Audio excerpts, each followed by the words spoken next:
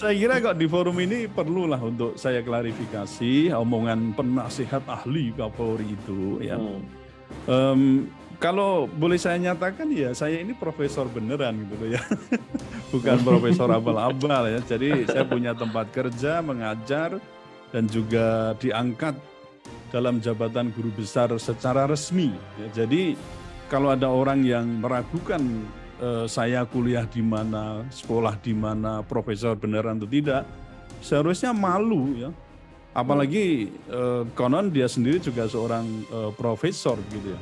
Nah kalau misalnya ada sekedar perbedaan pendapat atau perbedaan usulan ya, lalu meragukan jabatan fungsional seorang guru besar, maka justru yang perlu diragukan adalah kualitas orang itu di bidang keilmuan dan juga dalam hal adu argumentasi.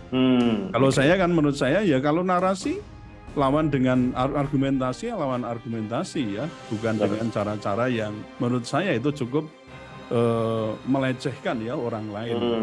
Nah gaya berargumentasi semacam itu saya kira itu adalah gaya preman ya, gaya preman.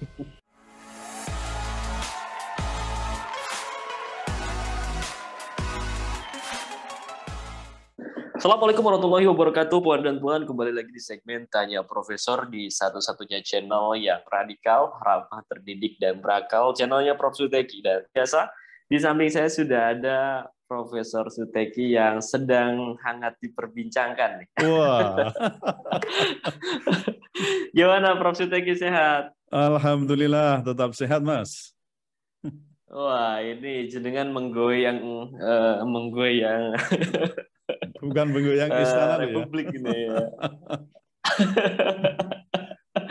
Iya Prof, kita akan membahas opini tentang jenengan ya, tentang Prof. Suteki yang ada di ILC ya kemarin ya. Jadi opini-opini jenengan selama ini terkait dengan tanggapan Polri ya dan juga kasus Sambo ini ditanggapi di ILC oleh Prof. Hermawan Sulistyo, penasihat ahli Kapolri. Meski di video itu nggak menyebut nama jenengan, Prof. Namun semua ini jelas banget ya tertuju pada statement-statement jenengan, Prof.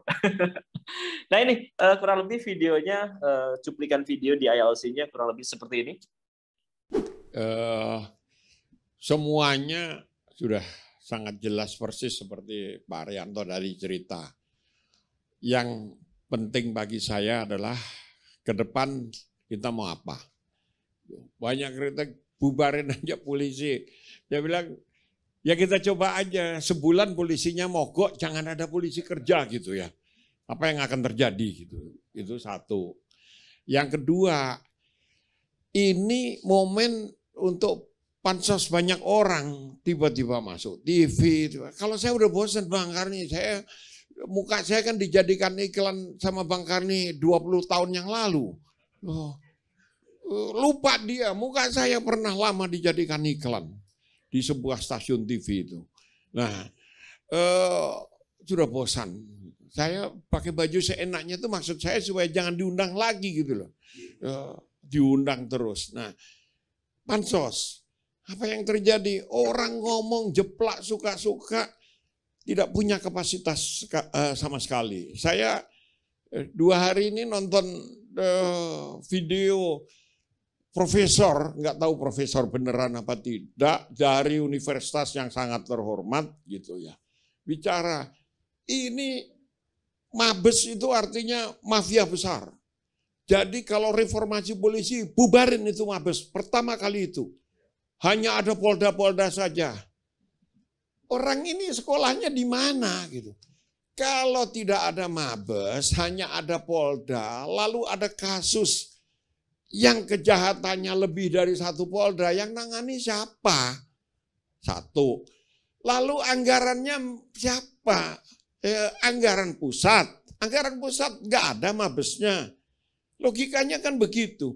Oke, anggaran dari APBN langsung ke provinsi, ke daerah-daerah, ke polda-polda misalnya. Rebutan siapa mendapat porsi berapa banyak di polda mana kan nggak bisa. Lalu karena polisi di seluruh dunia itu mengikuti struktur organisasi administrasi sipil, dan administrasi sipil kita itu bukan fragmented seperti di Amerika, ada negara-negara bagian, tidak mungkin itu bisa diterapkan. Ya, sementara di daerah itu sekarang kepala daerahnya itu adalah pimpinan politik, pemenang dari kontestasi politik. Jadi apa? Nanti polisi di daerah mana di Jawa Tengah seragamnya merah, ya.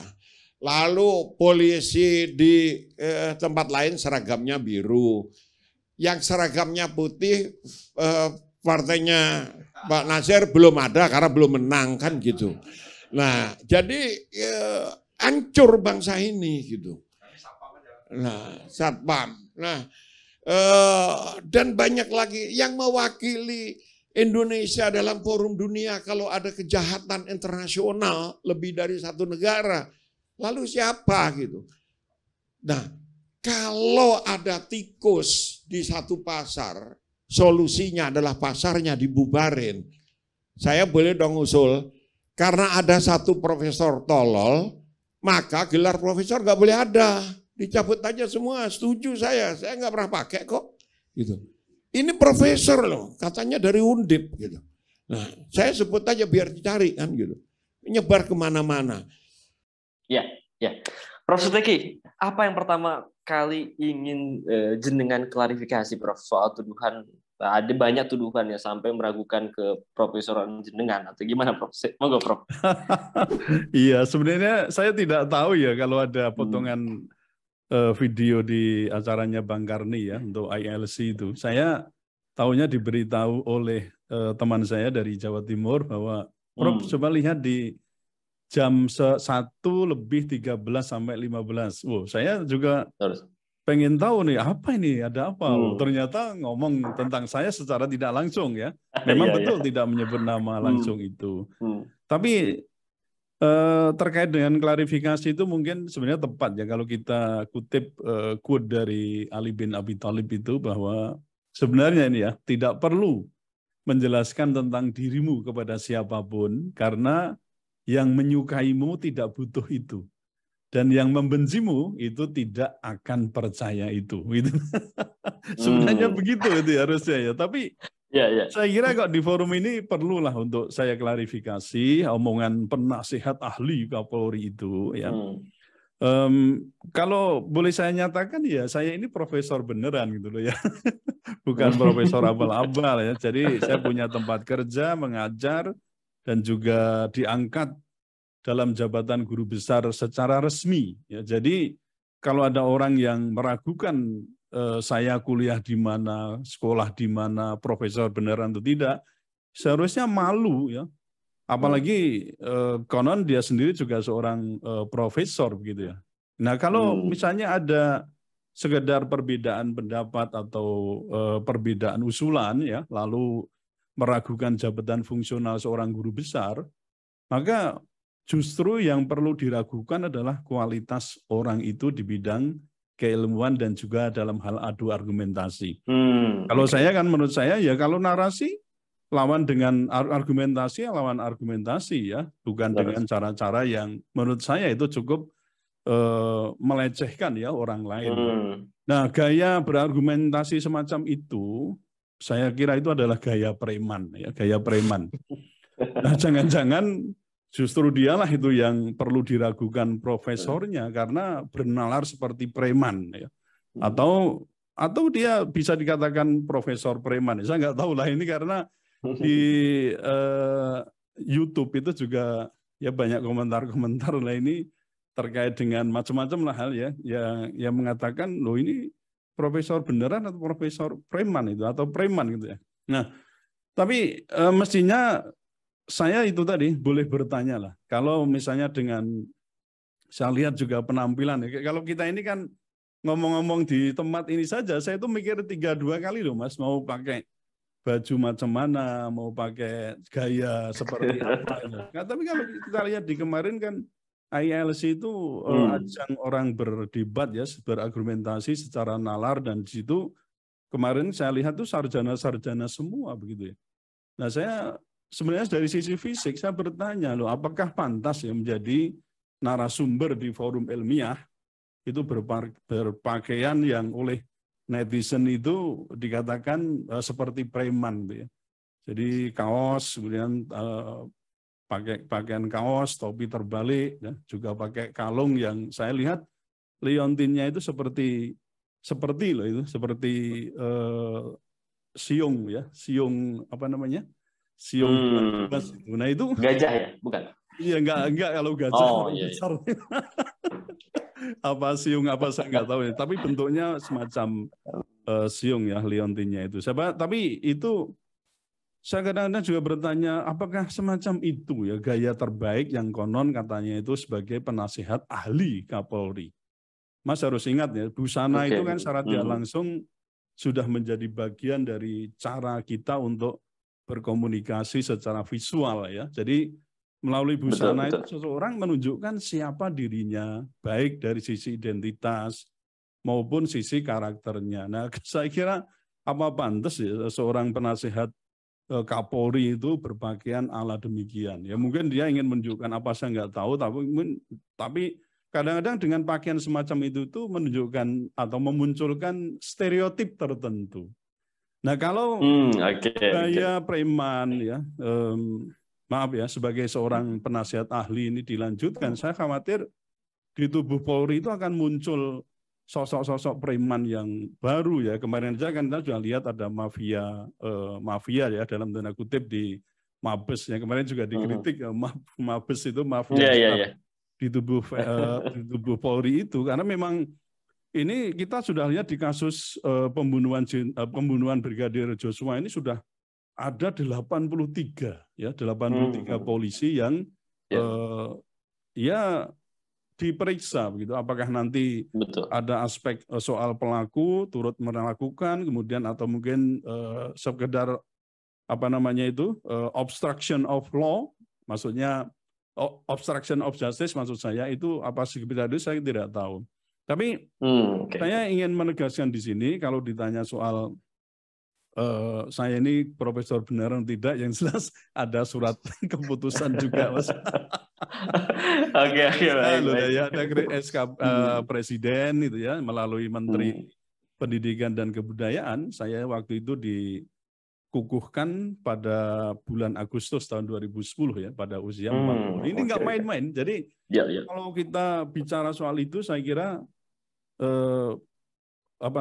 pernyataan Pak Kiki ya, kita sebut Profesor Kiki itu sebenarnya melakukan, kalau menurut saya, penghinaan dan juga pelecehan bukan hanya terhadap saya tapi juga terhadap institusi di tempat saya bekerja, yaitu Universitas Diponegoro, dan juga kita juga bisa kaitkan dengan perusahaan kementerian, karena ini jadi melecehkan saya sendiri, kemudian institusi Diponegoro, Universitas Diponegoro, dan Kementerian Pendidikan dan Kebudayaan, karena saya adalah sah ya diberikan bukan gelar ya, tapi itu adalah diangkat ya dalam pangkat atau juga jabatan fungsional sebagai guru besar di bidang hukum dan masyarakat. Nah, pernyataan-pernyataan semacam yang dikatakan oleh Profesor Kiki itu menurut saya itu adalah sebuah cara yang dalam bahasa berargumentasi itu argumentum ad hominem, yaitu bernalar dengan cara menyerang orang, kehormatan orang yang sedang berbicara, bukan apa yang dibicarakan. Oke, baik. Prof, kalau kemudian kita lari sekarang ke substansi kritik yang beliau sampaikan, Prof. Ada banyak lontaran yang kemudian mempertanyakan argumen jenengan soal misalkan tidak ada, bagaimana kalau misalkan tidak ada Mabes dalam menangani kasus yang kejahatannya itu melibatkan lebih dari satu Polda, dan juga beliau juga menyinggung soal anggaran nantinya seperti apa kalau nggak ada Mabes. Gimana Prof dengan dalam melihat ini? Saya juga perlu klarifikasi sedikit soal konten itu ya. Jadi saya tidak mengusulkan supaya polisi dibubarkan. Itu kan kemarin juga ada konten semua, bagaimana polisi dibubarkan? Enggak.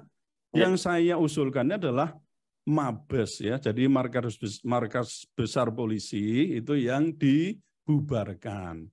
Nah, Kalau tidak ada Mabes dan saya katakan cukup dengan Polda, maka penanganan kejahatan yang lintas provinsi itu tetap bisa dilakukan dengan cara nanti membangun sistem namanya interkoneksi kelembagaan Polda, kan gitu.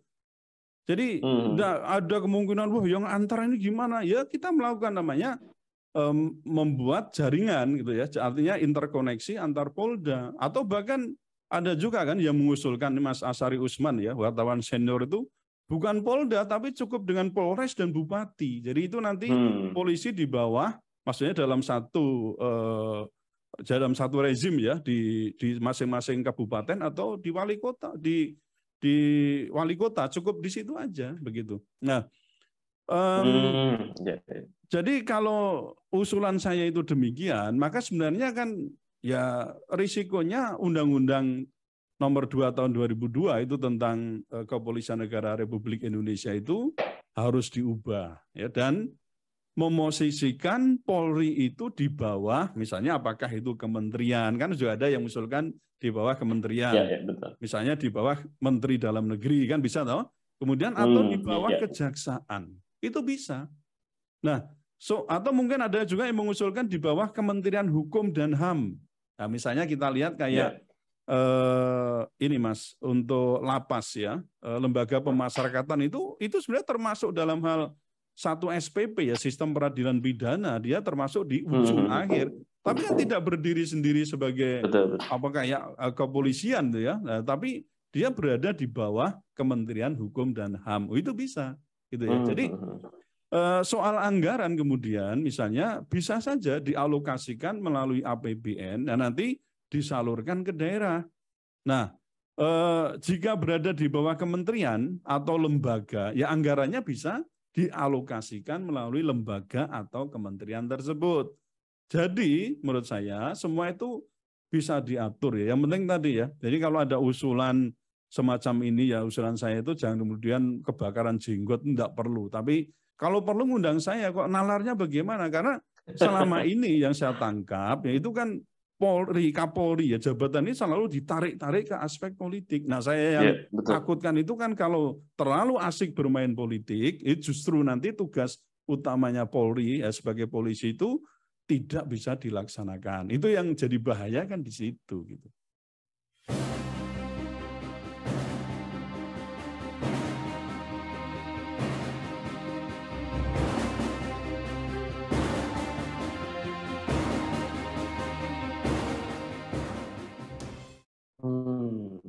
Ya.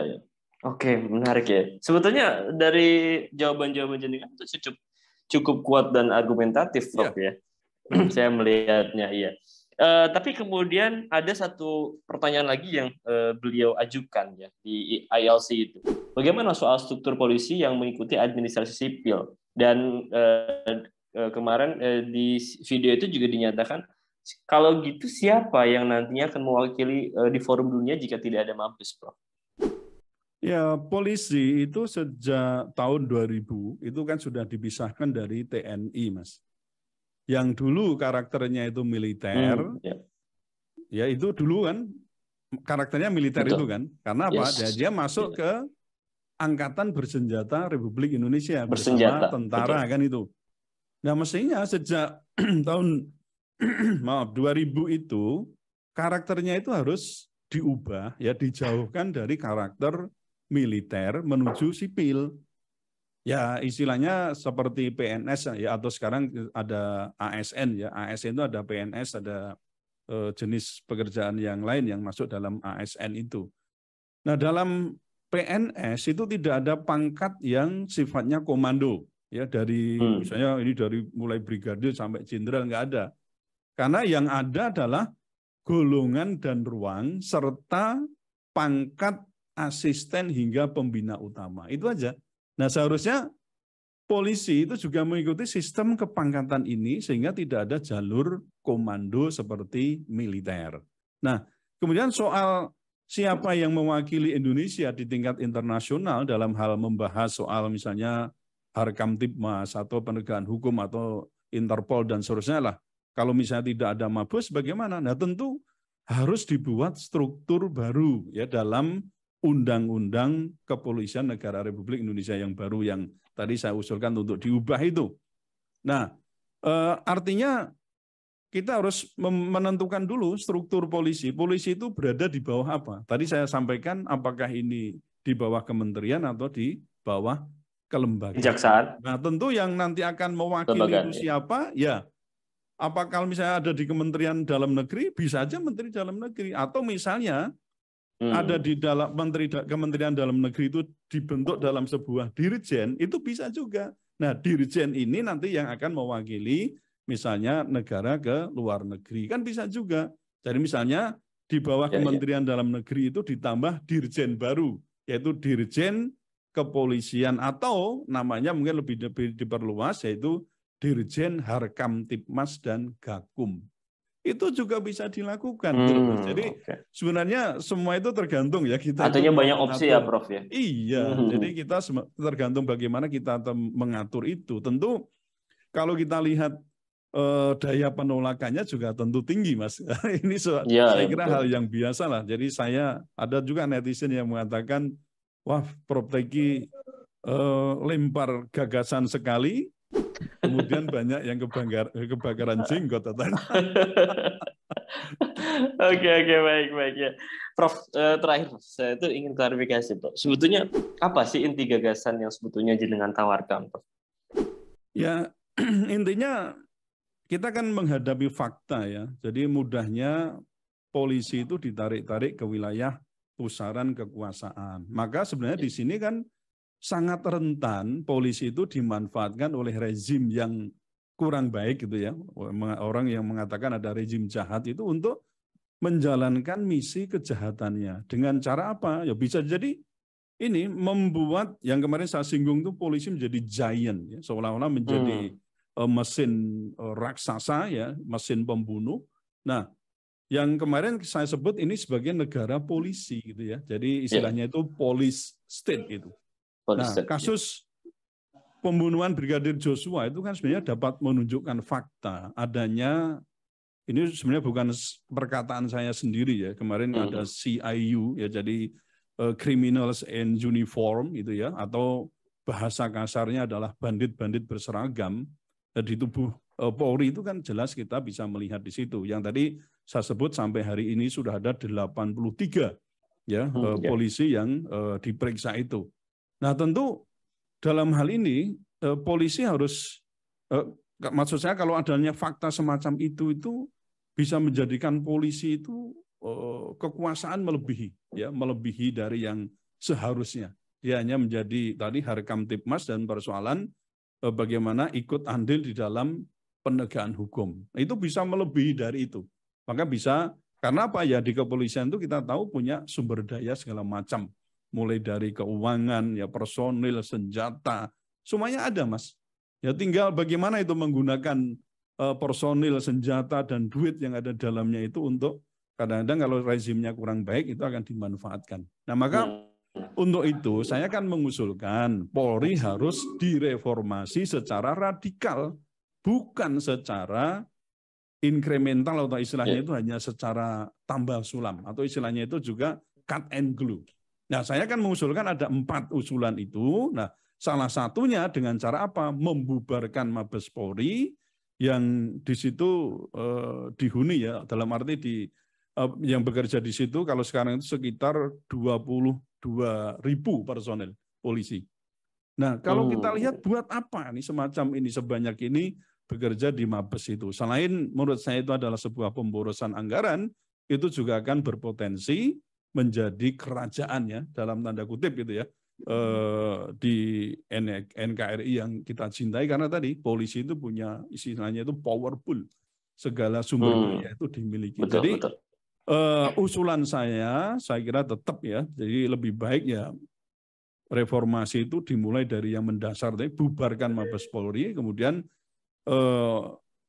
kemarin saya juga saya ikutkan juga supaya jenderal-jenderal ya, pangkat sampai jenderal itu dibatasi lah ya. Artinya jenderal nggak perlu ada, jadi cukup misalnya sampai di Kombes dan seterusnya. Nah, saya tetap usulan pada itu, kembalikan polisi-polisi itu ke Polda, atau bahkan usulannya ada juga yang cukup setingkat Polres dan juga Polwil saja. Jadi intinya itu Mas yang perlu saya sampaikan terhadap usulan ini.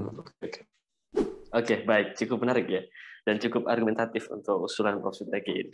Baik, terima kasih Kalau Prof. nggak Suteki. argumentatif nanti bukan guru besar nanti. Nggak bisa saya nanti disanggahnya, jadi iya disanggahnya buzzer Prof kalau nggak argumentatif.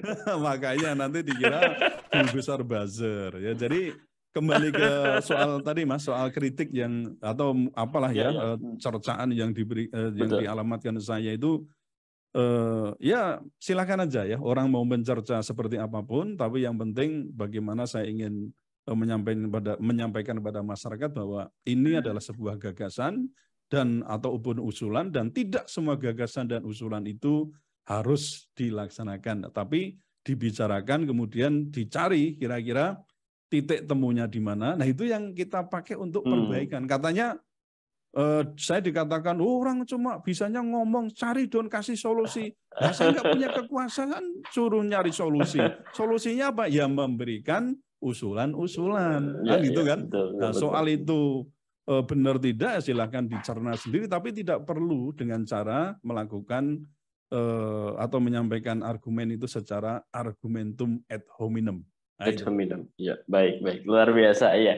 Terima kasih Prof. Suteki ya. Juga terima kasih pada puan dan tuan yang sudah menonton sampai di sesi pertanyaan keempat mengenai gagasan Prof. Suteki yang cukup kontroversial. Juga balasan dari Prof. Hermawan Sulistyo. Tapi ada satu hal yang menarik bahwa semua itu dibangun berdasarkan argumentasi yang baik ya. Harapannya kemudian kita dalam berbeda pandangan tetap kemudian berpijak pada argumentatif, tidak kemudian ad hominem ya Prof ya, menjatuhkan lawan. Argumentum ad hominem. Iya, argumentum ad hominem. Baik. Ya, terima kasih puan dan tuan yang nonton sampai sesi pertanyaan keempat ini. Jangan lupa untuk tetap like, comment, share, dan juga subscribe channel Prof. Suteki. Karena satu yang berbeda, kita akan senantiasa mengulas isu-isu viral secara radikal, ramah, terdidik, dan berakal. Baik, terima kasih. Saya pamit undur diri. Assalamualaikum warahmatullahi wabarakatuh. Waalaikumsalam warahmatullahi wabarakatuh.